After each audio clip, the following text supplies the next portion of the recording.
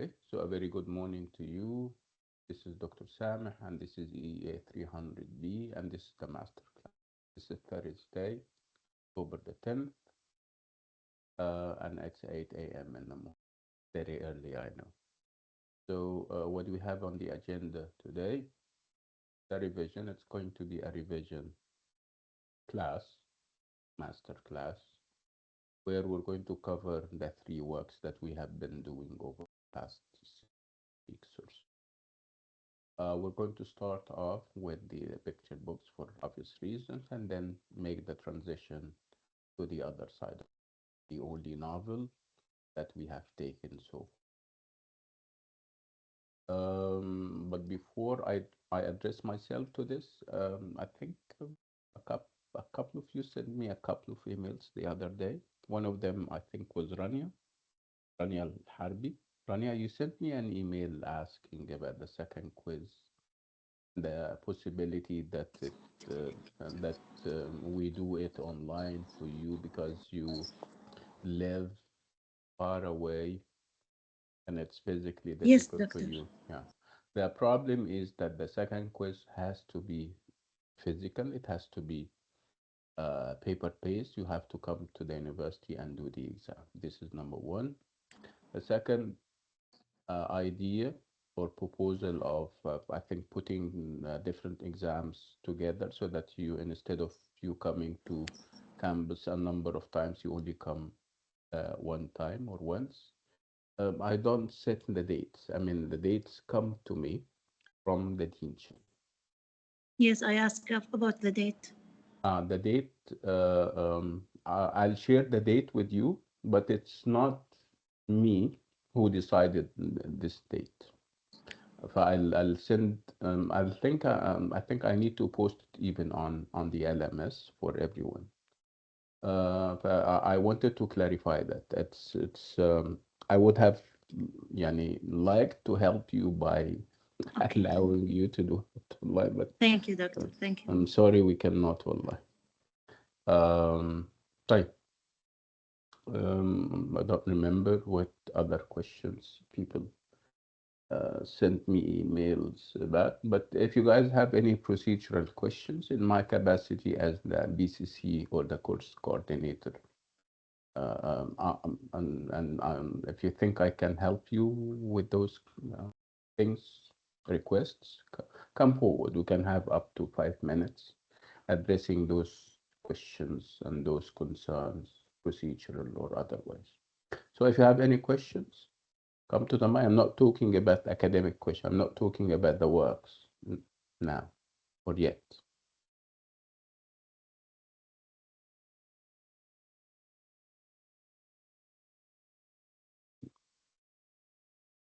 Okay, you don't have to ask if you don't have any questions. That's fine. Okay, so no questions. So let's move on. Again, we're talking, and like I said, this is going to be a revision class where we're going to address ourselves to the issues and the techniques that we've been addressing and talking about for so long about the three works. Remember, this is children's literature, and the focus is obviously on a genre that is so different from the genres that we have been subjected to over the past 4 years. And it was all,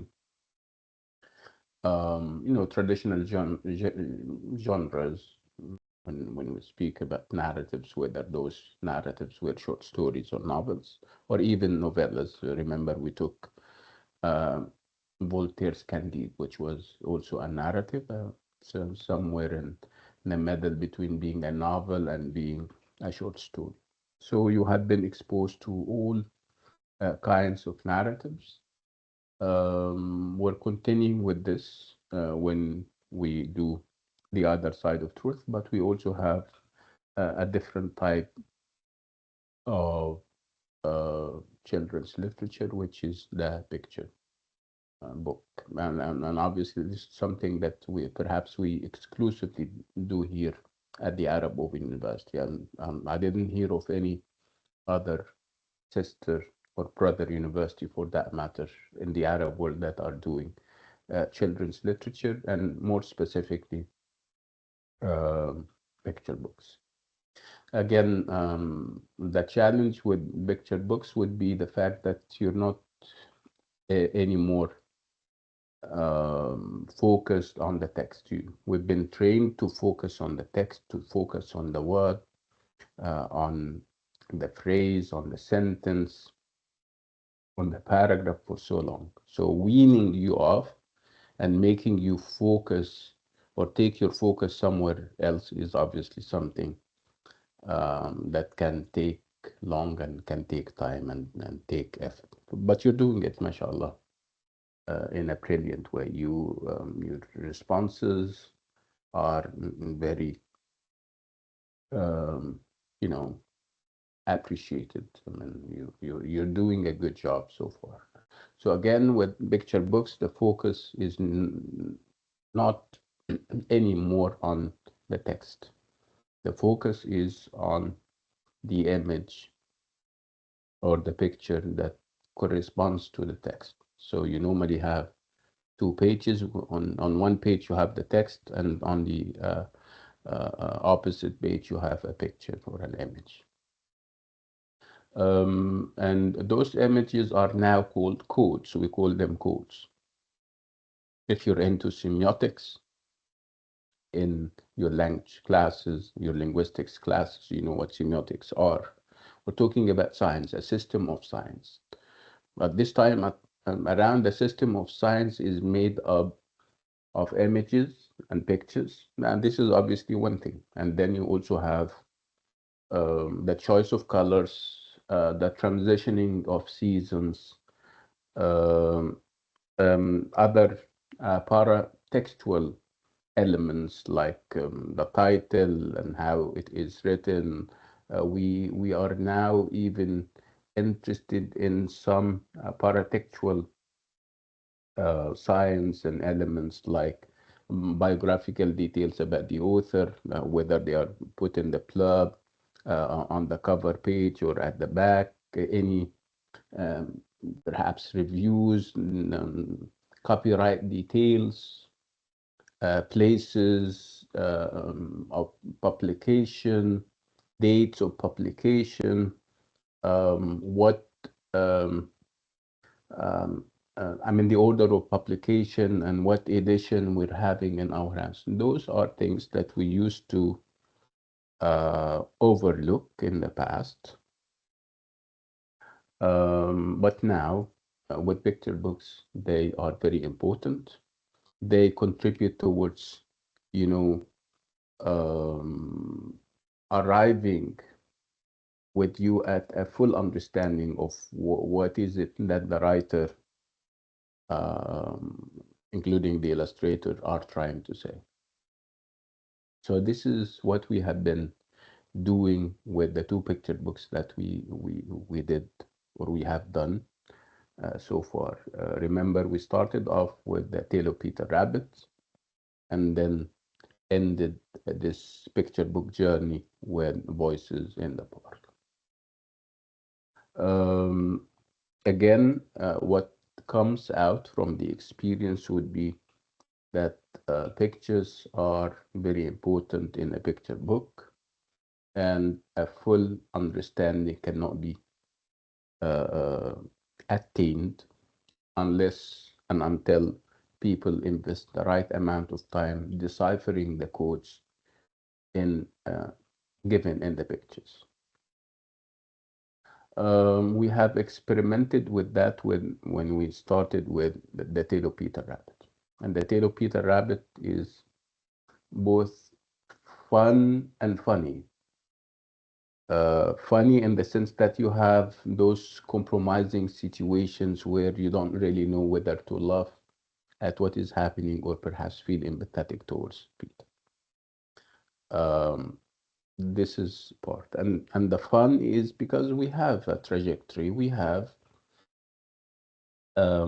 something that we can all learn from depending on our backgrounds, what we bring to the to the picture book in terms of our prior knowledge and our schemata, whether we have done picture books before or not, whether we read literature or not. I mean, our experiences and our worldviews. We agreed on a number of principles, and we agreed on a number of guidelines when it comes to reading a picture book. Again, one way of approaching picture books would be that you give the picture its proper place in your attention span, if you like. You give it as much attention as you possibly can, because it can, like I said, inform whatever you read. And so the text can even mean something, but the picture can adjust this kind of meaning that you went to, because it was only text that you were reading. So let's focus today or this morning on the Tale of Peter Rabbit in terms of themes and ideas, and also in terms of the techniques used as far as picture books are concerned. So how much do you still remember about the Tale of Peter Rabbit?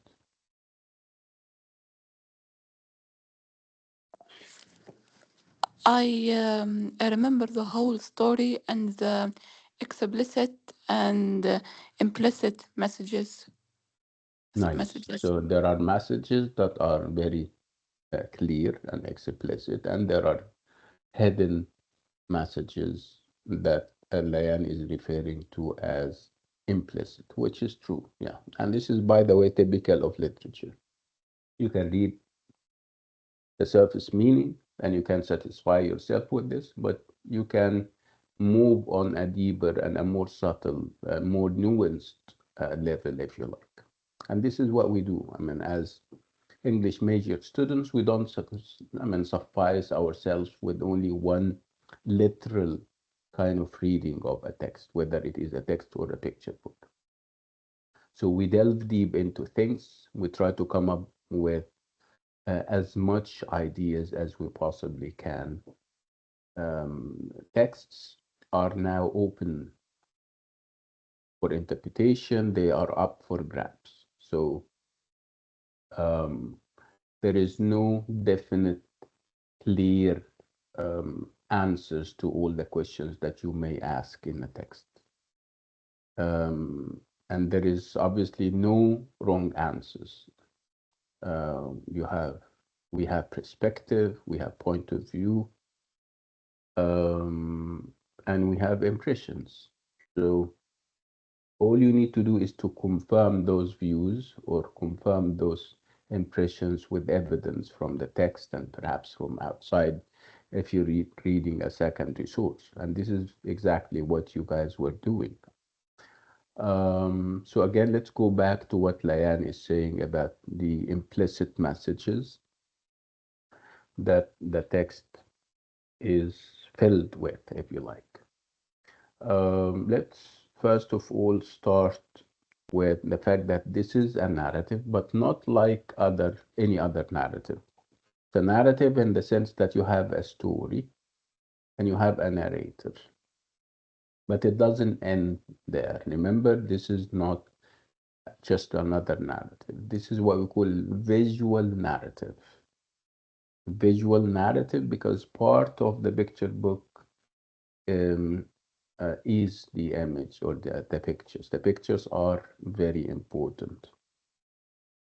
So obviously your experience is going to be different. So you've been focused for so long on having only a narrative where you have a linear kind of narrative where events move from one point to another, from A to C to Z. This is what we call linearity, which is obviously, um, part of the traditions of reading narratives. So we're reading the Tale of Peter Rabbit in this way, And it allows us to do that because it's a modern piece of work. It's not postmodern where we have elements of non-linearity, like we may have seen with Voices in the Park. Voices in the Park is a postmodern piece of work, and it has features of the postmodern, and chief among them, and on top of them would be the idea of non-linearity, where you don't have a clear beginning, middle, and end. You don't have a closure. The meaning is up for grabs, and it depends on you, not on the writer anymore.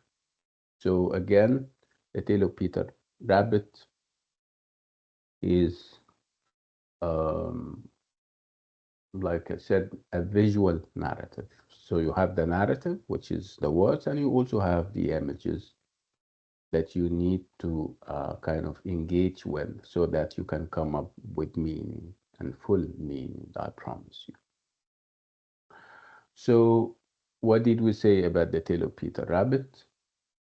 In its, basic rudimentary form, you have, um, you know, a, a rabbit boy or a boy rabbit who obviously does not obey. His mom says something, but he does something else. So this is what the whole argument, if I can call it an argument, about. You have Peter, you have his three sisters, and they obviously live a simple kind of life. Obviously, his father is not there, and we get to know that he died, and we got to know how he died, obviously. And it seems that the family is living a very simple kind of life until um, Peter decides to do something out of the ordinary. So his mom is asking him to stay away from the farm of Mr. Matt Ruger.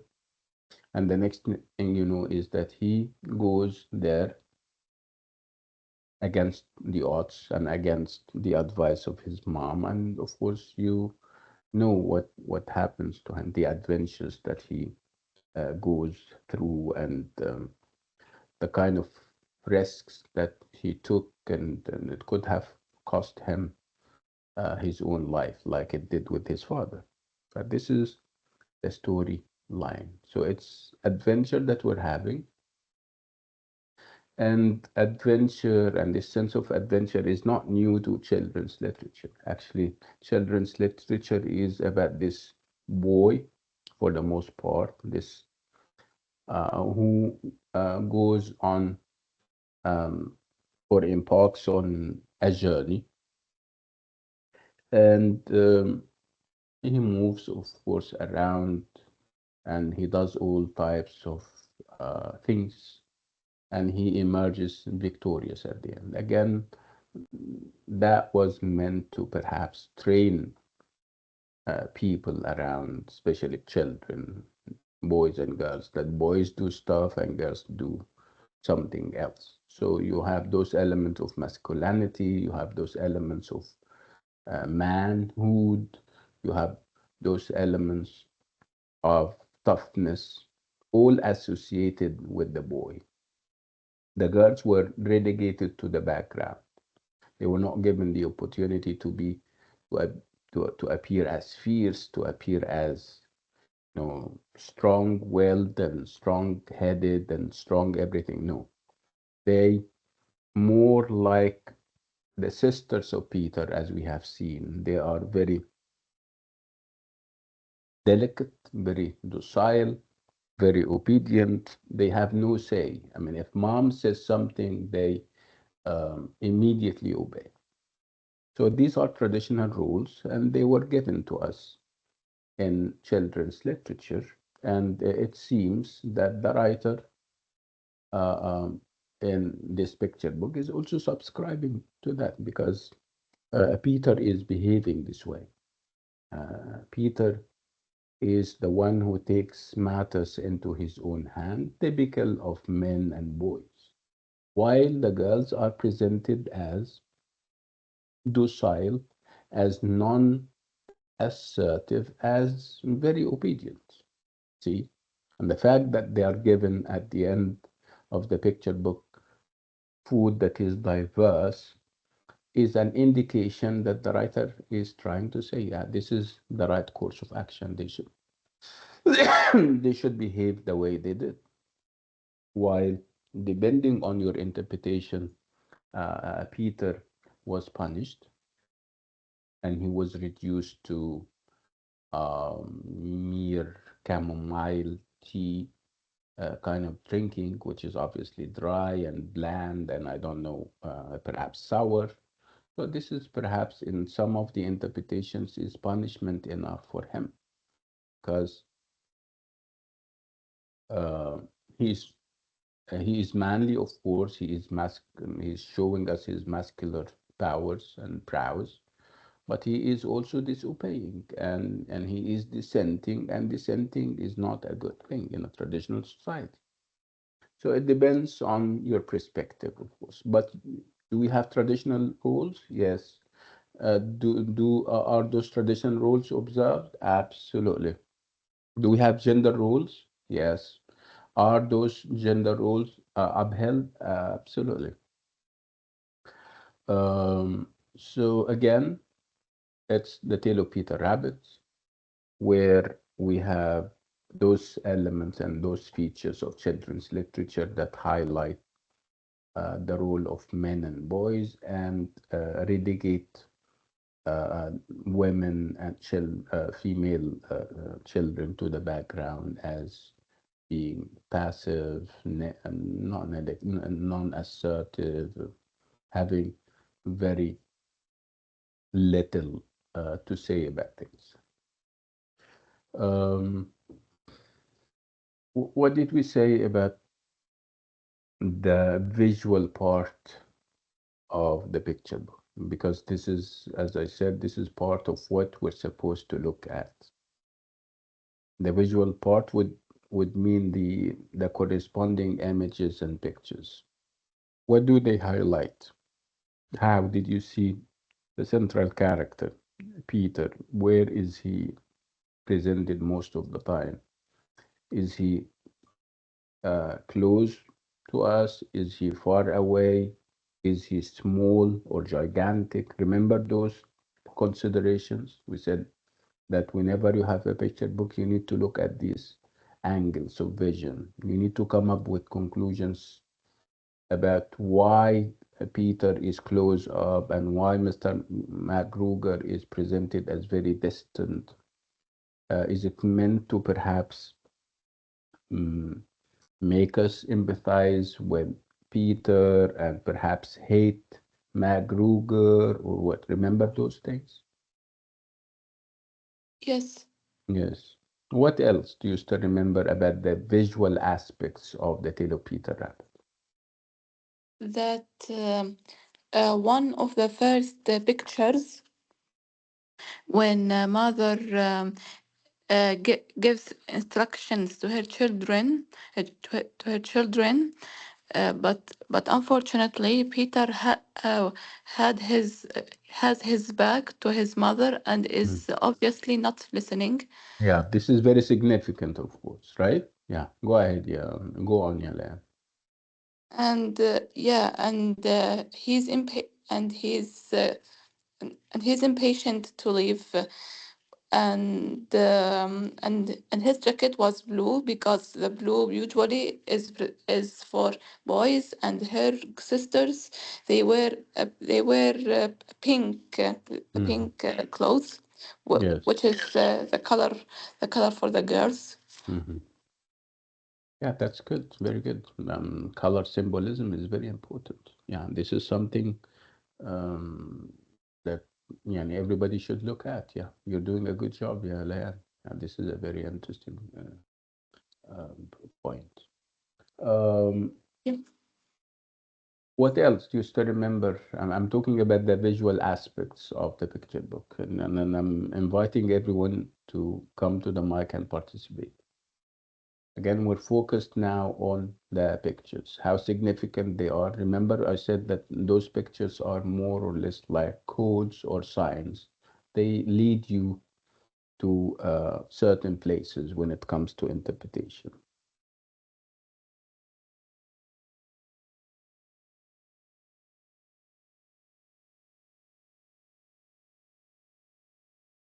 Okay, and the reason why we're asking, because the the writer is very silent on a number of things. She doesn't say, she does not express in words.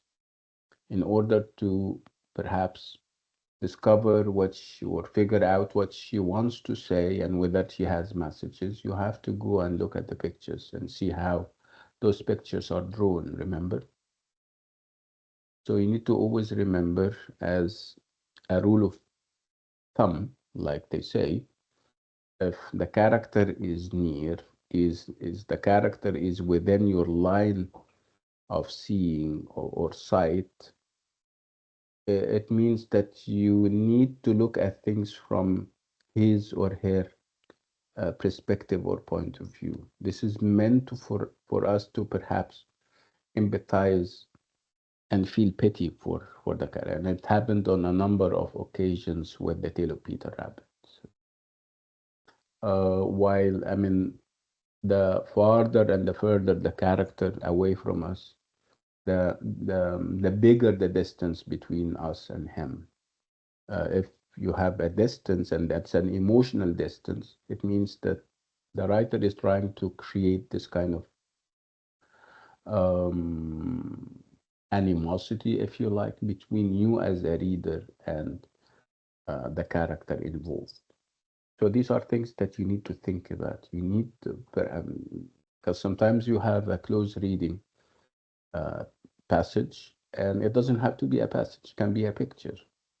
So you can have a picture in the midterm exam where you have, it's taken from the book,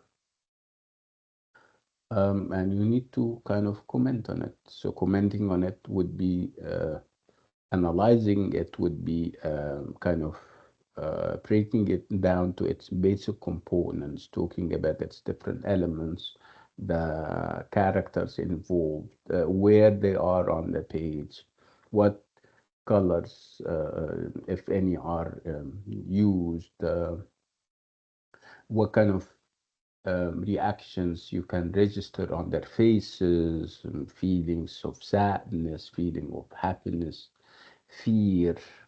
So these are all things that you need to take stock of every time you look at the picture. And if you have that in the midterm exam, so it's you know, we normally judge you on how total the experience is. I mean, how you're putting everything together and coming up with a picture of your own as what is happening and how and why it is happening. So the totality of experience can make all the difference when it comes to you answering those kinds of questions, where you're putting all the threads together and you're figuring out a meaning. Um, and this is, and of course, you relate it to what was before and what will be ahead. Um, yeah, go ahead. You have a question, Leanne. Uh, but um, if we, for example, analyze the picture between the picture and the text, but in the form of essay or a short answer. Normally, you have short answers for these, and make no mistake about it. The short answers does not mean that you write a couple of lines. I'm not asking you a yes or no question for you to say yes and you give me a sentence, or no and you give me another sentence. It has to be bigger than that. So we're expecting you to handle those questions in 2 paragraphs, half a page, for example.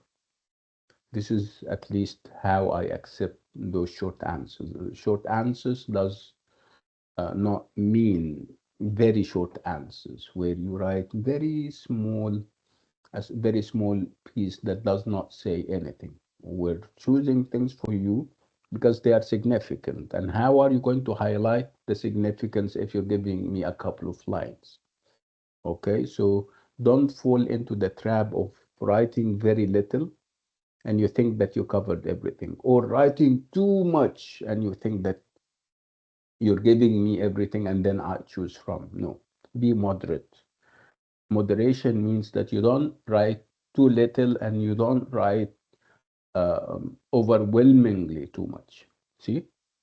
So half a page for a short answer would be fine with, provided that it is compact, provided that it is comprehensive, it covers all the elements in the question. But So this, yeah. Hmm. sorry, but do you mean for each of the question? Do you mean for each of the question two paragraphs or And two paragraphs? I'm very clear. I'm talking about the short answers questions. I'm saying the exam, and I have sent you this. If you remember, I sent you how the exam will look. So I said the exam is divided into two sections. You have, or parts. The first part is what we call the short answers questions, where you normally have three questions and you're supposed to write on two. So three questions, so you write two of them or on two of them. And again, this is what, this is the part that I'm saying you are supposed to have half a page for each question. And then you move to the second part, which is obviously the essay questions, where we're going to give you topics for two essays. And you choose to write on one of those two essays. And again, if you're going to write an essay, it has to be long. It can be 2 pages, perhaps more. Again, it's an essay. So you don't write a paragraph and you tell me this is the answer. No, this is not the answer. If I ask you to write an essay, I expect you to write an essay. So essays are long. They can be 2 pages. They can be 3 pages, but obviously not more than that. And it has to be sensible. Don't just write everything, what you know, and then you want me to pick and choose the answer that I like or I want. No, you don't uh, give me this. You give me, you be very precise, you understand what is required in the essay question part, and you answer accordingly. Let's move on. Let's move to the themes and the ideas that the tale of Peter Rabbit, gives or projects. Just to remember any of those themes and ideas. Because we have highlighted a lot about the tale of Peter Rabbit. We spoke a lot about what may the tale of Peter Rabbit, um, what it may have to say about life in general, relationships, you know, power dynamics, even colonization, claims to lands, who is the owner of a land, and the ideas of dispossession and displacement, nature and nurture, obedience and disobedience. Remember? So, in terms of themes and ideas, what is the most striking theme or idea? Whenever we talk about the tale of Peter Rabbit, what immediately comes to your mind in terms of themes and ideas?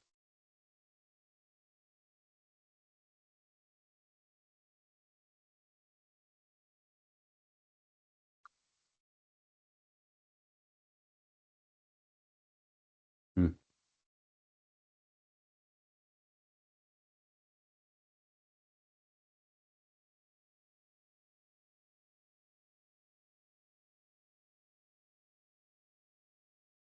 Did you read the second resources? on the Tale of Peter Rabbit. Remember, primary source would be the picture book itself, and you did a number of readings. I remember we did it at least once here. I think it was twice, like in the regular class and also in the master class. So I don't have doubts in my mind that you are very uh, knowledgeable about the events and what went where and why and how. I'm now focused on the secondary sources, the articles. We had a number of articles, and we did talk about them, and I did ask you to read them. So have you read the articles about and on the Tale of Peter Rabbit?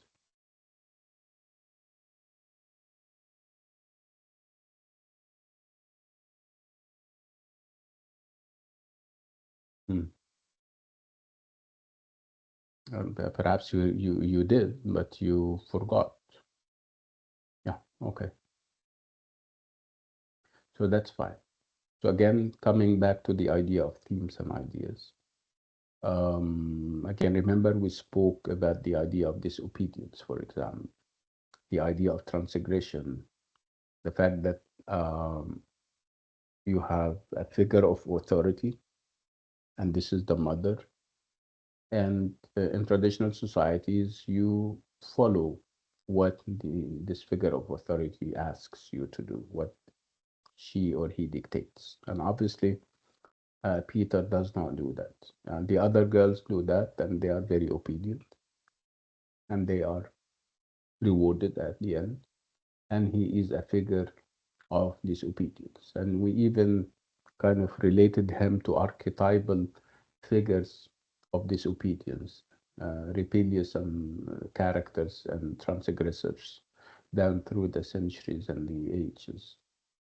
Remember when we went down the lane of memory and we spoke about the, figures as ancient as Adam and Eve and their original sin, if you like.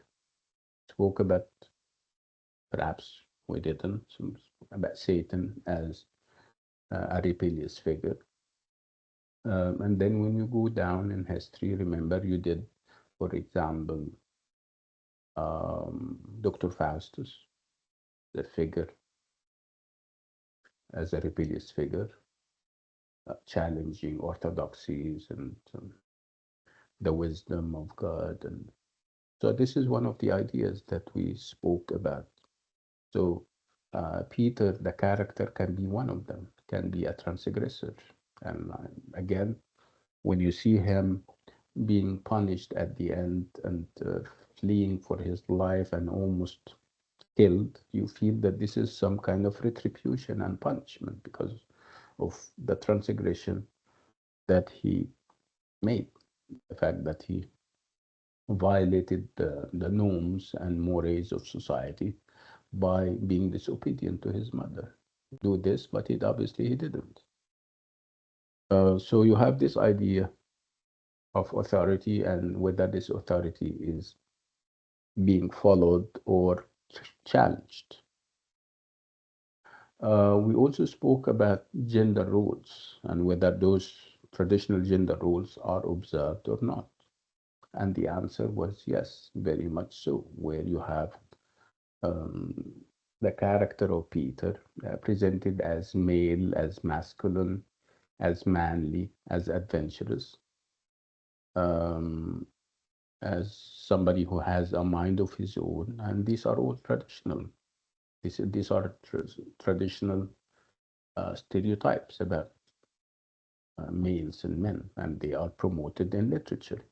While on the other hand, you have the girls, and they are presented as feminine, as docile, as non-assertive. So this is gender roles observed. None of them is rebellious. None of them would go out and say, no, I'm not going to do this or that. No, they are very, I mean, the girls, Peter's sisters, are very docile and they obey and they follow and everything. What else did we say about the tale of Peter Rabbit? We spoke about, you know, yeah, go ahead, Yelena.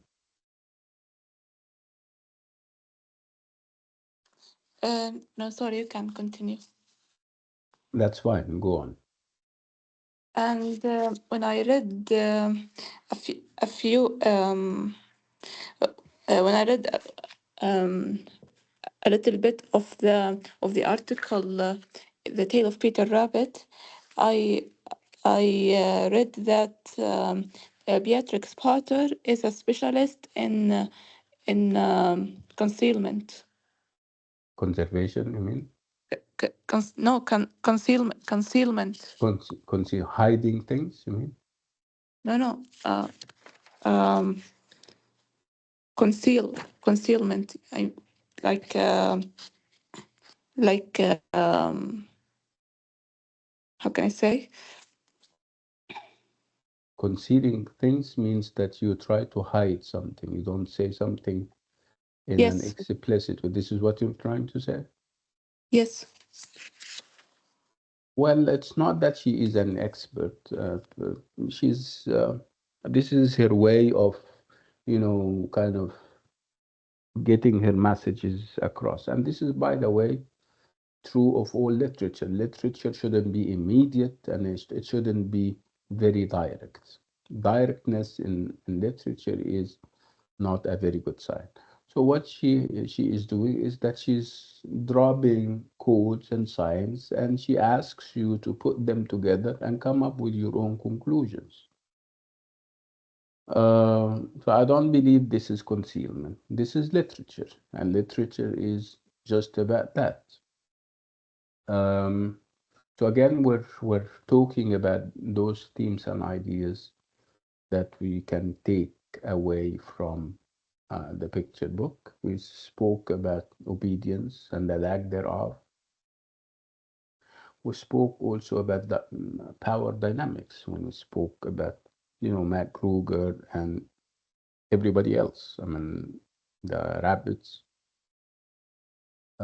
Peter and his family, and the fact that even when Mr. McGruger is presented or shown on the page and portrayed, he's so gigantic, and they are very little.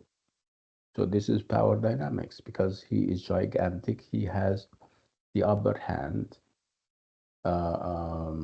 He can kill and with impunity, and nobody asks. He is a colonizer, if you like. I mean, and when we talk about the life before civilization, it was land that is up for grabs. I mean, land that has no owner. And then came human beings, and we started to have those kinds of relationships based on who owns what. And it's normally who owns what and not why. We don't ask this question normally. Why this guy has all that kind of, um, land and property and everything, and the other guy has nothing. So we have that. There are hints at this unfair distribution of wealth, if you like, where Mr. McGruger and perhaps his wife live in a very big farm, and Peter and his family are reduced to a mere small place in a tree. So this is also perhaps hinting at inequality and lack of equity. And again, you would ask who, I mean, we're talking about nature, obviously. And with nature, we talk about places that are up for grabs. What Peter does not understand that the rules of engagement are no longer there. It's not land or nature where you are free to go and live and do stuff anywhere because it's God's land and nobody else's. Obviously, the rules of engagement are different with civilization, where You go first and you take over a piece of land and you declare it off limits to other people. So this is perhaps one of the issues that uh, um, Beatrice is grappling with the idea. She was a naturalist. She believes in nature, in outside nature. And obviously, when we talk about nature, we talk about um, places that nobody should lay claim to. I mean, when you go to the jungle, for example, nobody owns the jungle, right? But people own gardens, can have a garden in your house, right? And the idea is, was your house originally your house? Wasn't that part of nature, but you decided because of the capitalist society that you were born in to have your own land, because everybody is having their own land. And then you have people who run fast and go and perhaps take over a bigger piece of land, um, and leave other people with nothing, very little or almost nothing. So you have this unfair distribution of wealth and land, and this is obviously an issue that the picture book is maybe addressing. The fact that the picture book is written against the background of a capitalist society with a colonizer mentality and mindset, where we have this artificial, um, you know, reworking of maps, where you don't anymore, the line is now blurred between nature and non-nature. And obviously, everybody is for nature, for open spaces that belong to everyone. And this is perhaps what Peter was hinting at or was trying to get across to us. The idea that if mom is saying that I shouldn't go there, why? Why shouldn't I go there? This is nature. This is God's land. Again, he was told through Magruger, through what Magruger didn't know. This is not God's land anymore. It's my property. I am the colonizer, and I decide who to allow and who not to allow in my land. So you have those power dynamics, you have those ideas of colonialism. What else did we say about the tale of Peter Rabbit? Um, Again, there is always this comparison between, or perhaps focus on the girls and then the roles and how traditional the roles are. Um, what else do we know about the tale of Peter Rabbit? Right. We're going to stop the discussion on the tale of Peter Rabbit now, for you to perhaps study more, and then perhaps we can have more time to talk about it. Because we still have, do we still have one more class before we go to the midterm? When is the midterm? Next week on 16. Okay, which means that we still have Monday, right? We still, Monday is still with us before the midterm. But probably the whole next week, there will not be lectures because of exams, maybe.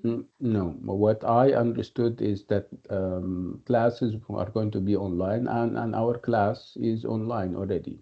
So if you have a physical class where you go to the university, it's going to be online. Since we are already online, so we don't have a problem. That wouldn't apply to us. Um, we'll do the class because it's not going to be a class. It's going to be a revision class. Um, anyway, we'll take a 5-minute break, and when we come back, we are going to talk about voices in the park. Okay? Well, I'll Okay. see you in 10 minutes, inshallah.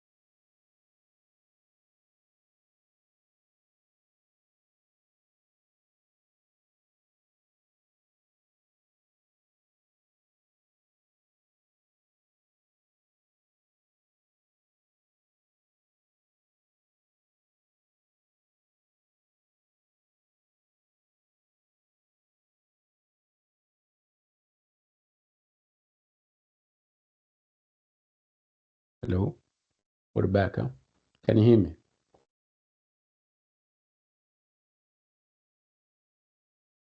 Hello? Yes, doctor. Yes. Clearer. My voice is clearer. Yes, Yes. doctor. ممتاز. Alhamdulillah. Okay, so now we're going to move on to Voices in the Park. We need to also remember that Voices in the Park and the Tale of Peter Rabbit are part of what we call an anthropomorphic project. You know what anthropomorphism is, right? Remember when you have in novels and stories and tales,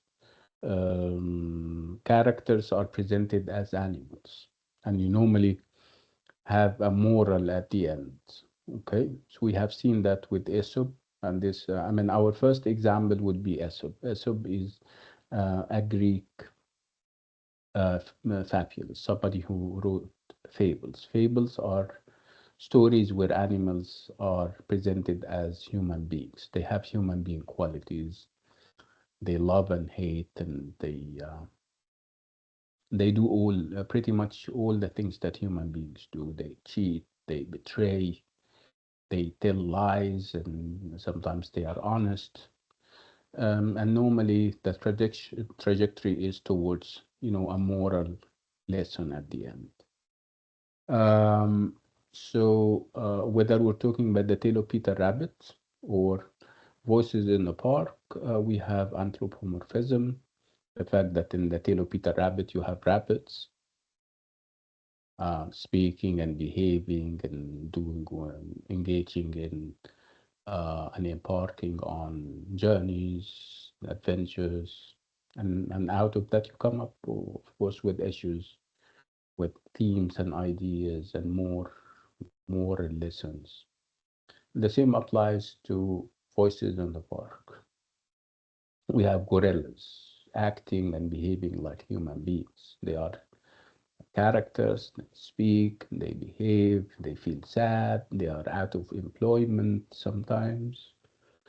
So this is very important. Okay, let's move to Voices in the Park. So when I say Voices in the Park, because we did this poll the other day, and you said that of all the three pieces of work, Voices in the Park stands out as the most interesting and appealing to you. I don't know whether now that you have read the I mean the tale, sorry, the other side of truth, you still hold to your opinion about um, which of them is your favorite, or perhaps you have a different opinion now. So if we have to vote on the three, which one comes first? Is it still Voices in the Park, or perhaps you have a change of heart, if you like? Diane, because you also said that Voices in the Park is your favorite. Is it still your favorite? Yes. Okay, nice. Do we have other people sharing the sentiment? We have people who also like Voices in the Park of all the other two. Okay, right. So how much do we know about Voices in the Park? What sticks with you when we talk about Voices in the Park?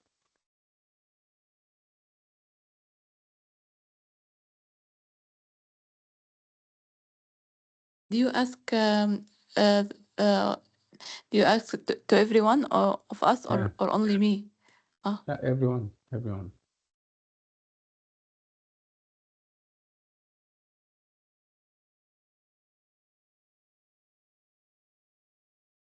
Okay, I Voices in the remember Park. Yeah, go ahead. I remember that that the writer intentionally uh, chose the gorillas instead of persons in order uh, to in order to hide um, like race discrimination, maybe, and uh, so am I right? Yeah, it's one way of nature. He's trying to make what the readers neutral when it comes to their feelings towards the characters. They don't want them to have biases against the characters. Remember, we said that when you look at the picture book, you see that it discusses class issues. I mean, issues between classes, and by classes I mean upper class, middle class, and lower classes. So in order to avoid this idea of bias, if I'm a reader from the low classes and I see characters in high class or in upper classes behaving in a certain ways, in a certain way with certain motivations, I wouldn't appreciate those motivations. I would feel biased against this kind of character simply because I am low class and he or she is high class. And correspondingly, if I am a reader from the high classes and I see, for example, the protagonist being from the lower classes, I would feel biased against him or her, and I wouldn't react to the novel or to the picture book the way I react to other picture books where the protagonist is from the upper class. So in order to avoid all of this, you have animals, and you also have gorillas as being the characters, not normal human beings. This is very important. Yeah. Oh, what else about voices in the park? Anyone? Remember when it was published? We're talking about what? The nine. I think it was in the 1990s or something. Uh, which makes it postmodern, if you still remember. So it's postmodern um, on the level of themes and ideas, and it is also postmodern on the level of narrative, where obviously the narrative given to us is not linear, is neither linear or um, what.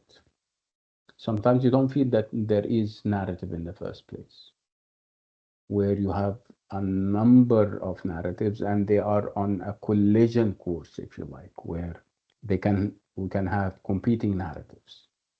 And in order for you to figure out what is actually happening, you have to wait until the end of the picture book. You have to read it fully so that you can reconstruct it and make sense of what is happening.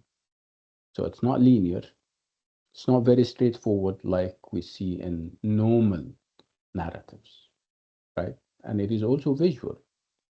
This is visual narrative, make no mistake about it, because it's a picture book.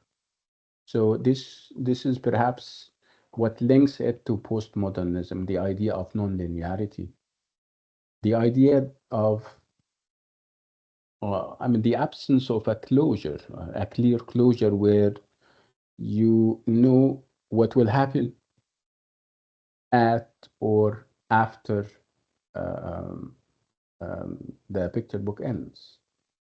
So obviously, we're leaving, hoping against hope that they can meet again, or perhaps their lives, which have changed, continue to change, especially when you talk about Charles, for example, where obviously going to the park and meeting Smudge was a turning point in his life.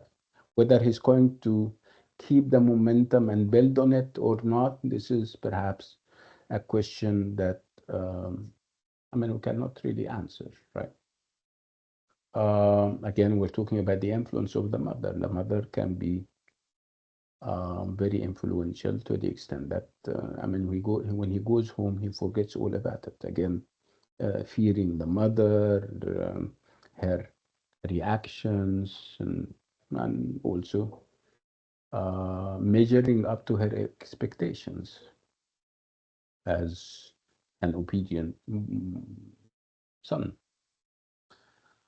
So on a number of levels, this is a postmodern picture book, and it has different narrators, and that we call voices. We have four, and obviously the four have different perspectives, and of course they belong to different demographics. You have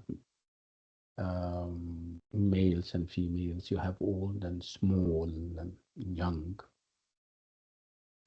So this is perhaps part of the appeal, that um, it doesn't fail to interest us and impress us on a number of levels, right? Even the idea of having different voices, in spite of the fact that you have to reconstruct everything at the end, which can be hard, you still love it for it, because it provides you with different perspectives, and it's up to you at the end to kind of think of those different perspectives and come up with your own conclusions. This is something that you cannot afford or not given to you in normal narratives, where you are confined to one single narrator who, in one way or another, is imposing his or her version of truth on you.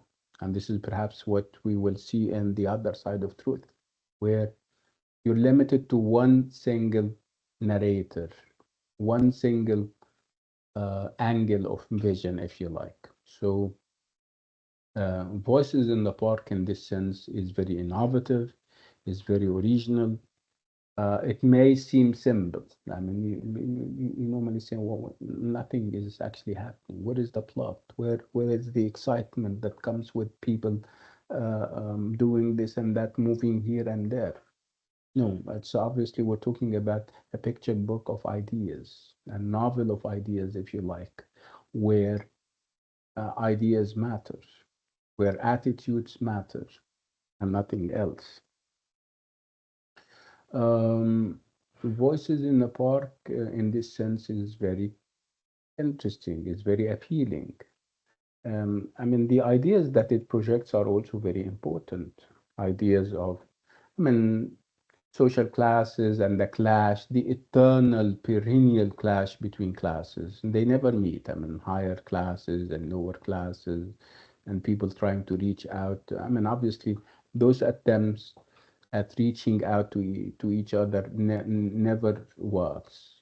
Perhaps this is again some kind of negative, but this is actually what is happening. They are always at loggerheads with each other. Despite attempts, honest attempts by people like Charles and Smudge. I mean, they try to reach out, but whether they succeed or fail is perhaps the subject of another day, and a question that we need to speculate and think of very deeply, given the open-ended closure that we had at the end. So Voices in the Park is also referred to as a highly intertextual text. Spoke about intertextuality, and we said that it's both intertextual and more, and even more of a visual intertextual piece of work. What did we say about intertextuality? We said that intertextuality is or takes place when you have references and allusions to outside the text. You have a text and it talks about something and it refers you to other texts, other lines from poems by other writers, reference to characters in other pieces of work, old or new, quotes from novels from outside the text. This is what we call textuality, and it happens. We call it in Arabic al-tanas, where you have a collision of nusus or texts. A collision in the sense that, or perhaps a collision is not a very accurate word because they don't collide. You have a union of texts, a club of texts within the self-same text, if you like. Um, of course, it adds richness. It educates you about other texts. It it informs the discussion and the original text. Yeah, lots of things, lots of benefits if you have an intertextual piece of work. What is perhaps new is, and this is and also new because it's a postmodern text, is that it's not intertextuality that we're having. We're also having visual intertextuality, where the reference is not only to lines in poems from other pieces of work or names of people and characters from other pieces of work. No, you also have paintings, sculpture, pictures of sculptures uh, um, from other pieces of work. So that's why we're saying it is visual intertextuality. So the reference, so you have a visual narrative, which is Voices in the Park, and it refers back to other visuals from other texts, from other pieces of work, whether, like I said, reference to characters in movies, reference to paintings and names of painters and what goes into the painting and what is being painted. So Voices in the Park in this sense is a highly visual and visually intertextual. Um, what else did we say about the voices? We said that also um, um, you know, paratextual elements are very important. Again, paratextual means that we were referring to things outside the pages themselves. We don't start with the pages. We start with the cover page. We start with the copyright details, the publication dates, the fonts with which the title is given. So we said that these are things that now count. The totality of experience when it comes to picture books is not complete until and unless you look at these things, you think of them very deeply, and you try to kind of tie them together, everything together, the text and whatever is beyond the text and before the text and after the text. You tie everything together and figure out um, meaning. Meaning is not complete until and unless you do that. And this is highly likely when it comes to Voices in the Park, where there is a great deal of details before the text actually starts. What else did we say? We said that we're going to invest heavily on the images and deciphering the images because the images, like I said, are codes, are signs that you have to engage with so that you can have a full understanding of the meanings and the messages embedded. So what did we say? We have transitioning of seasons, and obviously those seasons reflect the mood and the personality of the characters. We have colors and color symbolism, and again, they mean a lot, and we have to think of them.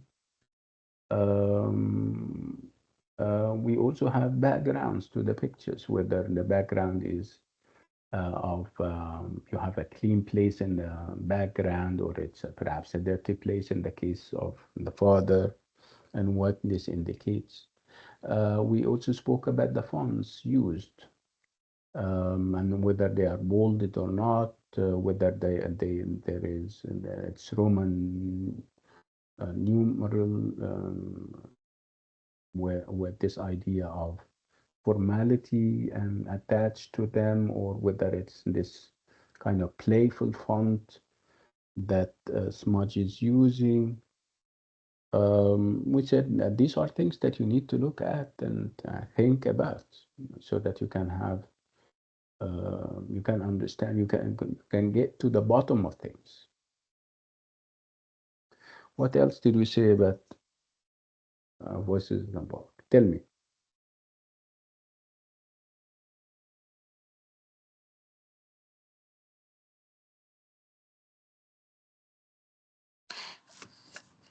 That Yeah, also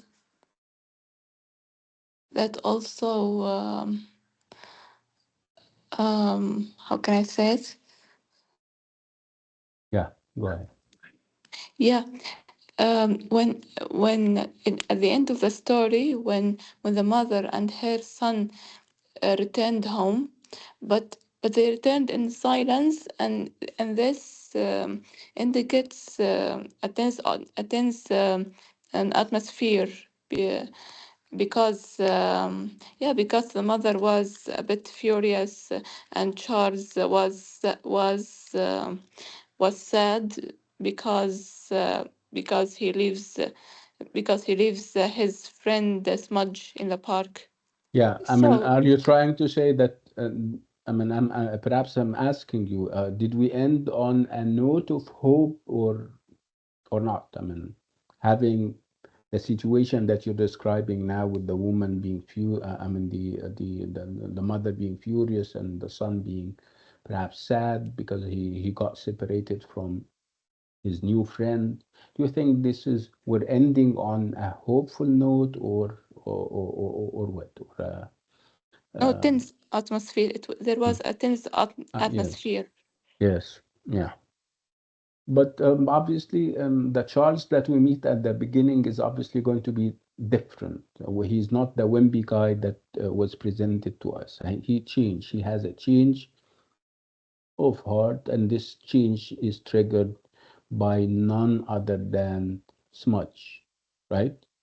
So he is not likely to go back to his old habits of being very fearful of his mother,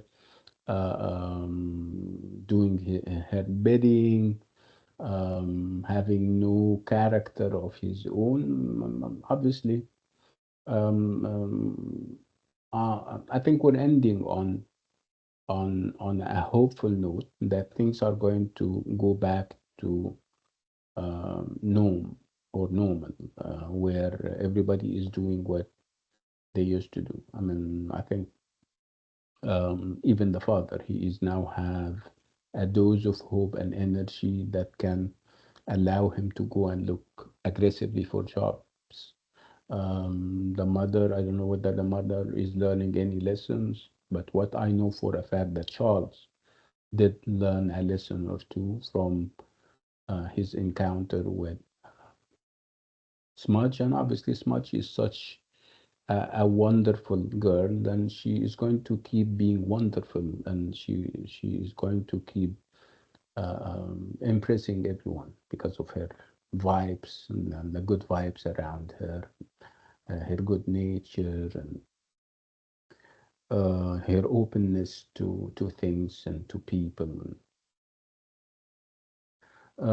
So again, when we talk about voices in the park, we talk about diversity in everything, diversity of opinions, the diversity of voices and perspectives, diversity of characters.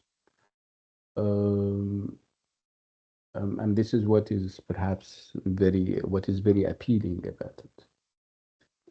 And Uh, there were different seasons also yeah, as of well. course, this is part of the symbolism. This is part of the quotes that you need to look at every time you analyze this picture book of text. Um, what else did we say about voices in the park? Um, we spoke about it as being postmodern. And when we talk about postmodern, we don't only talk about this element of intertextuality, we also talk about non-linearity. We also talk about this idea of challenging, you know, established ideas. Remember when we talk about reversal of roles or reversal of gender roles, the fact that you wouldn't expect a girl to be as daring and as outspoken as we have seen with Smudge, and you wouldn't expect a boy to be as wimpy and as effeminate and as weak as we have seen with Charles. So you have those tables being turned, and obviously for a reason. I mean, obviously, the writer is not subscribing to those old beliefs about what a girl should or how a girl should behave and how a boy should behave. Perhaps you need to kind of compare the situation in The Tale of Peter Rabbit to that of Voices in the Park. In The Tale of Peter Rabbit, you have traditional and typical gender roles. Girls are girls, and boys and Peters are Peters, right? But in Voices in the Park, you have this gender reversal of roles where the girl is very daring, is very assertive, and this is something that you don't expect from a girl traditionally. And you have the boy acting in a very weak way and very fearful of his mother, very wimpy, and this is something that you wouldn't expect from a boy in a typical society. So you have those gender reversals and gender roles, and this challenging of all um, stereotypes about girls and boys. And there is always talk about the mother and her attitudes, and these are all class attitudes. And it tells us a great deal about what kind of woman she is when it comes to her behavior as a high class individual, inconsiderate. She doesn't, you know, give people the, I mean, she doesn't feel comfortable being with people who are lower than herself in terms of class. It's a lot. I mean, if we speak about Voices in the Park, we're not likely to end or finish today. It has a lot of ideas, and the more you put your head to it, the more ideas you generate and come up with. And I'd like to also refer you to remember that in this video that we made on Voices in the Park, I would like you to go and revisit it. It sums up the whole idea. It has everything, very comprehensive, and it covers almost everything in Voices in the Park. Let's now move to the third work, which is um, The Other Side of Truth. It should be very fresh in your minds because we did a class on it last Monday and the Monday before, and we did also like what a master class on it. So when I say the other side of truth, what comes to your mind without thinking? You don't have to think.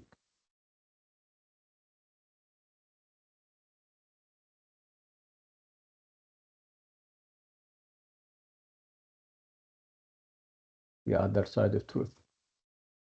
What is the other side of truth after we have exhausted it?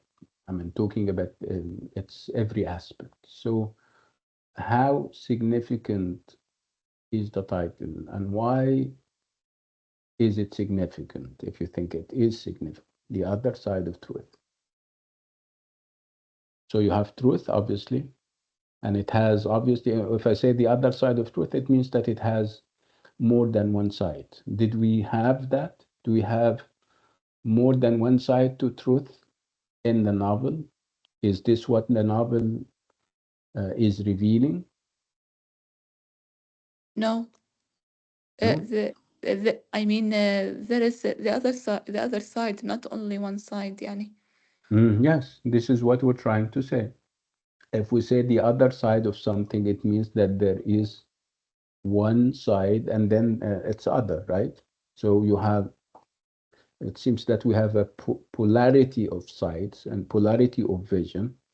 Perhaps we were limited to one side of the truth until we were alerted to the fact that no, normally you have more than one side, you have more than one version of the truth, and they should be presented to you, and it's up to you which side you should be on or believe.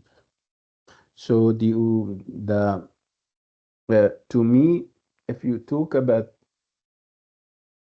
truth as was presented before the events unfolded, you have truth about I wouldn't I normally call them ground narratives or meta narratives, big ideas that if put to the test they fall flat, they mean nothing. When you talk about utopias are perfect places, and you think of a perfect place where there is this and that, there is equality and equity, and people all have equal access to things. This is a meta narrative because we don't have utopias in the world. When you talk about the idea of America, for example, and when you go there, there is liberalism and free access to everything. You can talk democracy. This is obviously a meta or a grand narrative because America is not what we think or what we used to think it is. When you talk about England, for example, in the novel, so England or Britain is or was presented to us always as the beacon of democracy, as a safe haven, freedom of expression. Look at what happened to Said, for example, and her brother. Look at the restrictions imposed on them. Look at the bullying that happened to them. So England is this big, overblown meta and grand narrative, and when put to the test, it's nothing. It's mere uh, rhetorics or rhetorics. I mean, where no consideration for the fragility of those kids. Obviously, they invite you there, but when you go there, life is not honey and milk. They invite you as you were part of their colonial holdings in the past, like they did with perhaps the Indians and the West Indies people. They told them after World War II, yeah, you're welcome to our country. You can work there. You can start a decent kind of life and have a good job. So when people go there, nothing of this happens. So Nigeria was like that. People from Nigeria were under, of course, Nigeria was under British occupation for years and years. Okay, so when they decided to leave in the 60s, they told Nigerians, you're welcome to our country because you were part of our colonial empire and everything. Go there. Um, if you seek asylum, you will be granted this kind of asylum. If you want a job, we give you a job. If you want to start a family, if you want to study in our universities, you are more than welcome. Okay, but look at what happened. See, so Said and her brother um, went there, fleeing for their life, and you know what happened to them. So obviously, this is the other side of truth. Okay, so the truth that we are given, the truth that is being promoted is that uh, that England and Britain are the best of all possible worlds. You go and live there and life, and you live happily ever after. But when they went there, they didn't find none of that, any of that, right? So this is the significance of the title. It's not always green on the other side of the fence, like they say. No. For all the propaganda that the English are spreading around themselves, they are not what they want us to believe they are. Absolutely not. Okay, let's go back to the other side of truth. Now that we have unpacked the title, let's get to the bottom of things. We have so many ideas. Obviously, this is written in the early 2000s, but obviously it's in terms of techniques and in terms of form, it is, I mean, the novel is very traditional, where it's very linear. You have clear beginnings, middles, and you have a closure or an end. So in terms of form, it's a very traditional piece of work, novel. You read it easily. You transition from one part to another very easily. Nothing is missed or missing. But when it comes to the ideas, the ideas are very postmodern.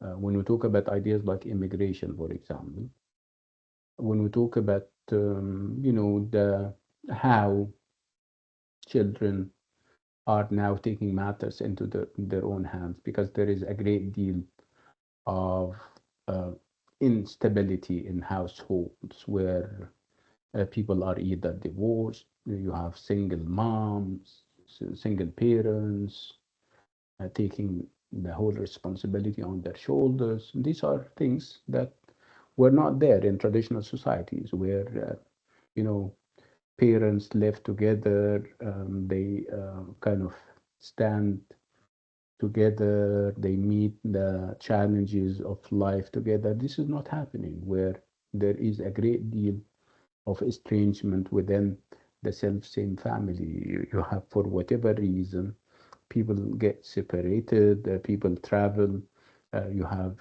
family members, kind of spread all over the map. You have the son in one country and the parents in another, and the sister is in a third country. So life is not as simple as it used to be. And with this lack of simplicity, you have, um, you know, complex relationships, you have difficulties. So navigating those difficulties uh, is is difficult. Yeah, is very difficult, especially when you talk about children. So children, for example, in the novel would ask, why are we put in those testing situations where we have to perhaps compromise on truth and momentarily withhold this piece of information from the authorities? And why do we have to be put in those situations? Why didn't our father and mother train us on those situations where it has always been absolute truth? I mean, this is what we keep giving our children. I mean, tell the truth no matter what. And but in actual situations, in testing situations, you need to think. Otherwise, you may lose your life or risk the lives of others. So this is one of the messages. You can always compare the father and even the mother's version of truth and absolute truth to the version of truth that Shade is seeing on the grounds. She has been tested, and the principles of her father and mother about truth and not lying uh, is being tested. And again, what is at stake is, her future, the future of her brother, and even the future of her father. So she has to maneuver.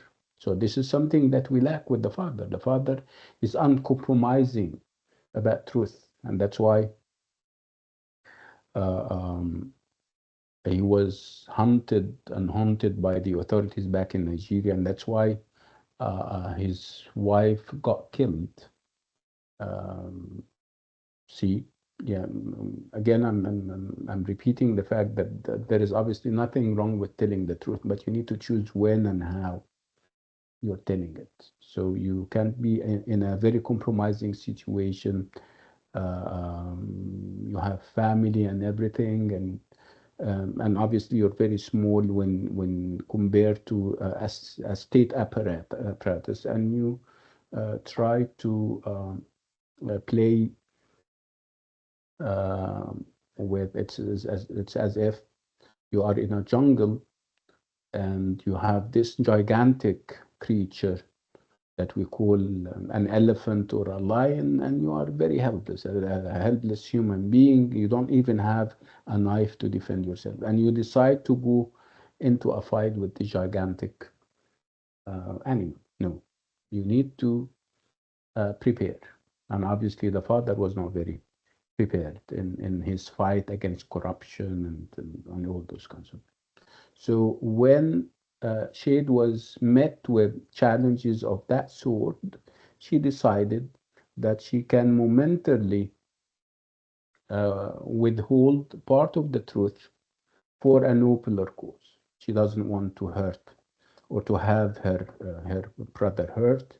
She doesn't want to have her father deported. And of course, if he gets deported to Nigeria, he will be executed. So this is her version of truth, and this is her version of how to tell the truth and how to momentarily hold it again for a nobler cause. Um, Again, that would also bring us to the idea of child agency. So, child or children, um, normally you um, give them the kind of education and the kind of nurturing that would allow them to mature at their own pace, at a natural pace, and then they start to take matters into their hands, into their own hands when they become big. But in our case, uh, circumstances wouldn't allow it. And Shade, when she is very young, at a very tender age, has to mature before she is actually mature. I mean, physically and mentally. She has to mature so that she can take up matters into her own hands. She was left with no other,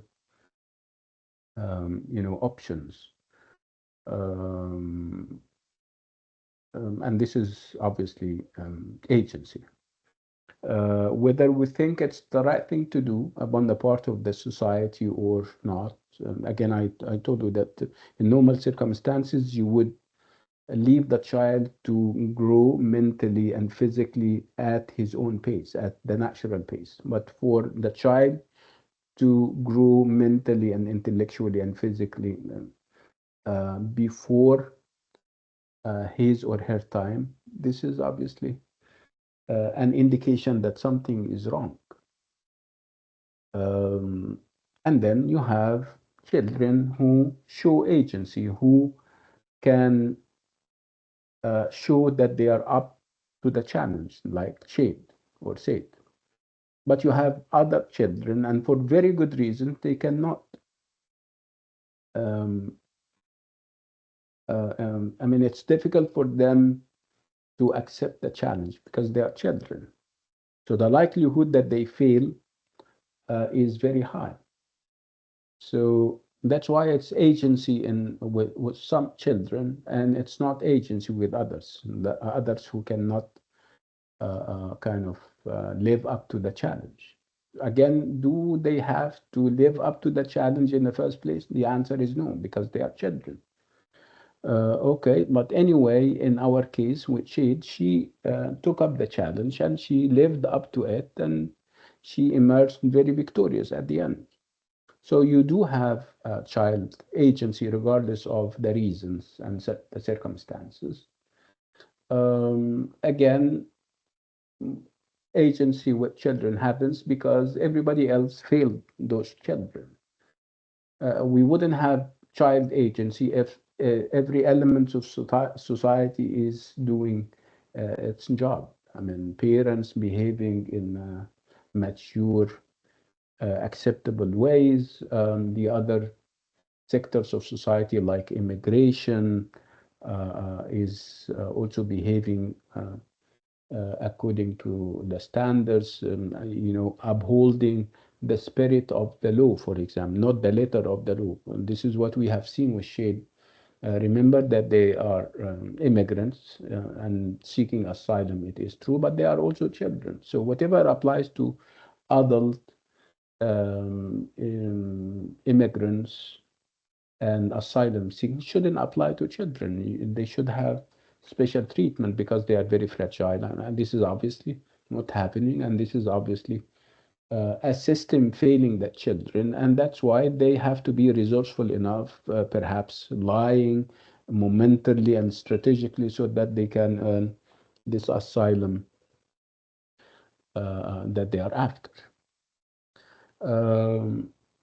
One of the issues that we also talk about always is the idea of media and different roles media play in our life, and also how different media is depending or according to geography. So geography determines what kind of media people have. In Nigeria, where it's a dictatorial regime, media is controlled and manipulated, and it is, it serves the government, whether the government is good or bad.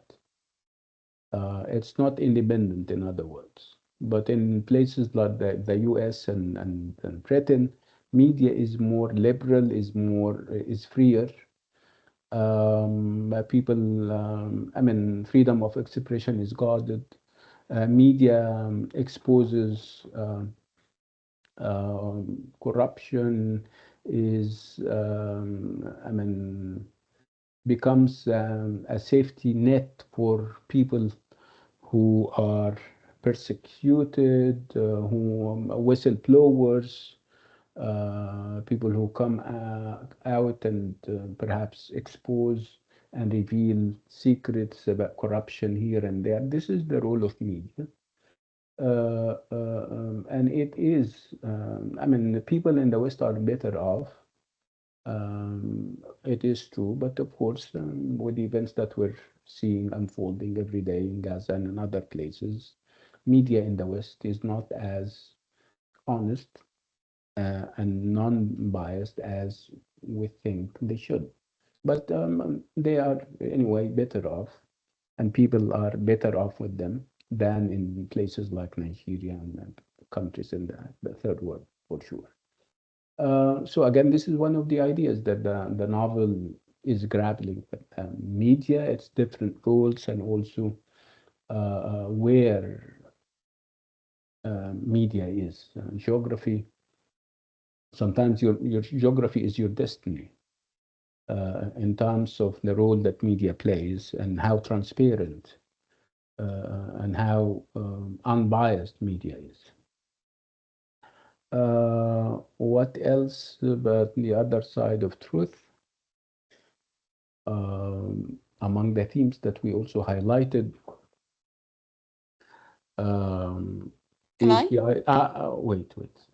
is the idea of cultural literacy.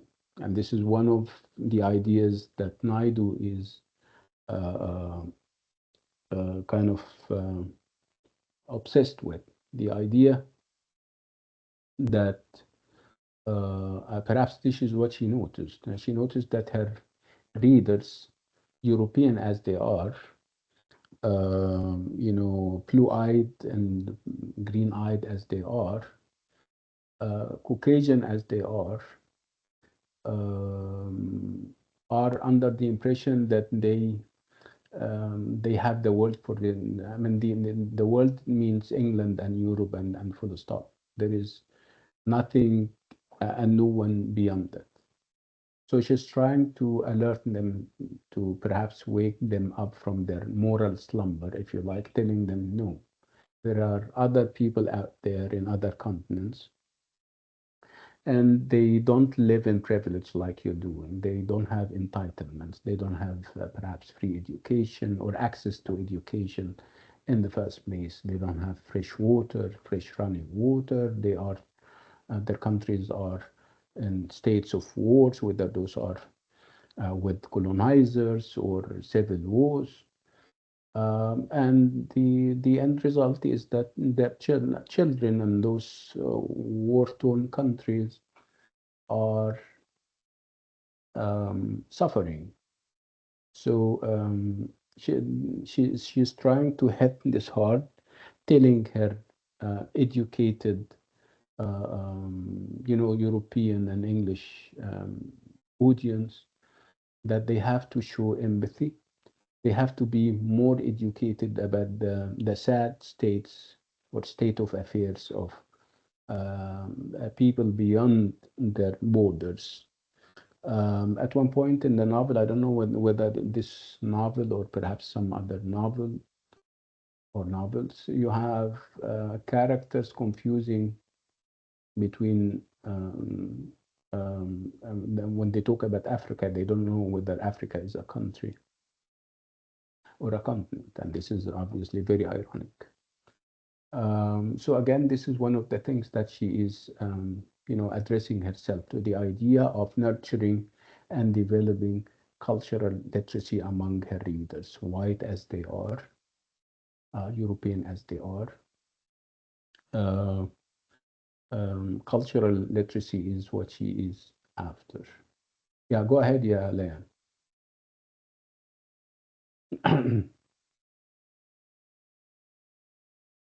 Leanne, you were saying something.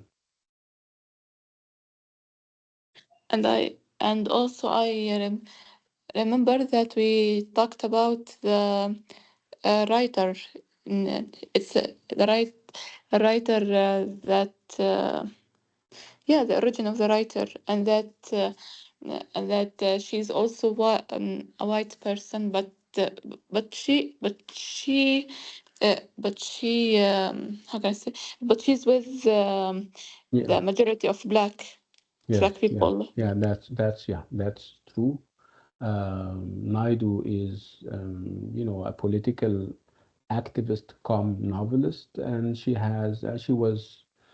South African, but she is a white South African, and she fought very long and very hard for the rights of the black majority in South Africa. Yes, it is true, and this is part of what I'm saying about this cultural literacy that she's trying to instill and develop among her white readers. She's trying to tell them that enough is enough.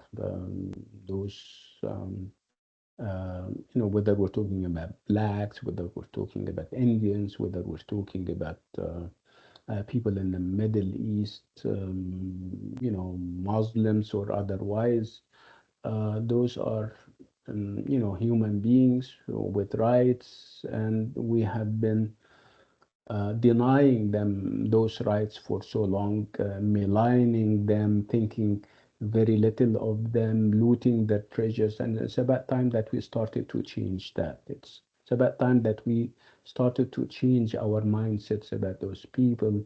It's about time that we challenged our own stereotypes about them.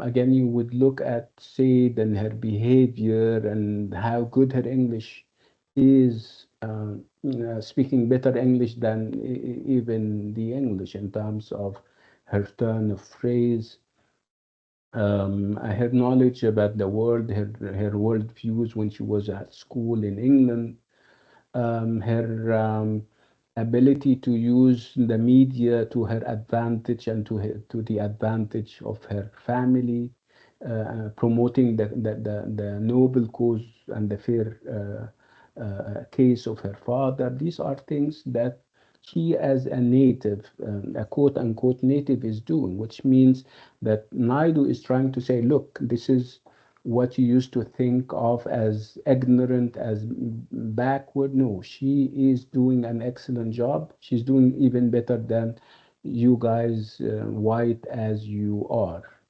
So this is what she's trying to say. She's trying to challenge the ascendancy of Europeans. She's trying to prove as false their stereotypes about the other, and the other can be African, can be Indian, can be Middle Eastern, can be Muslim.